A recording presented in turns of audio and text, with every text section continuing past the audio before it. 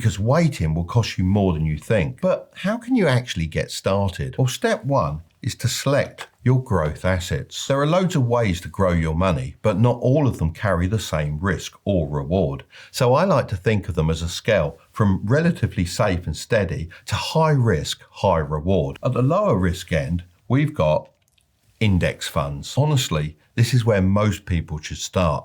You're not trying to pick winners, you're just buying a slice of the whole market.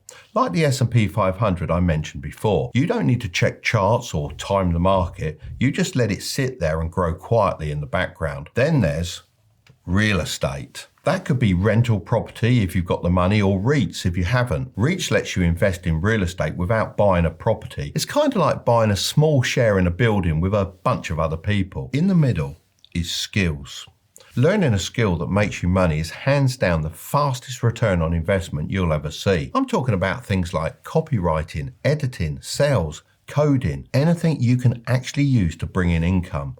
Unlike stocks or property, no one can take it away from you. However, it does take more time to learn, and that's why it's higher up the risk scale than the other two. Further up, we've got online businesses. Stuff like drop shipping and selling digital products. These can pay off big, but they take a lot of effort and you've got to be ready to fail a few times before you find your feet. Then we get to individual stocks. I know it's tempting to try and pick the next Tesla, but unless you've done your homework and you really know what you're doing, you're basically just guessing. So if you're going to do it without learning the specifics, keep it small and treat it like a hobby, not your main strategy. And right up the top is alternative investments. I'm talking Bitcoin, Ethereum, NFTs, gold, wine, sneakers, you name it.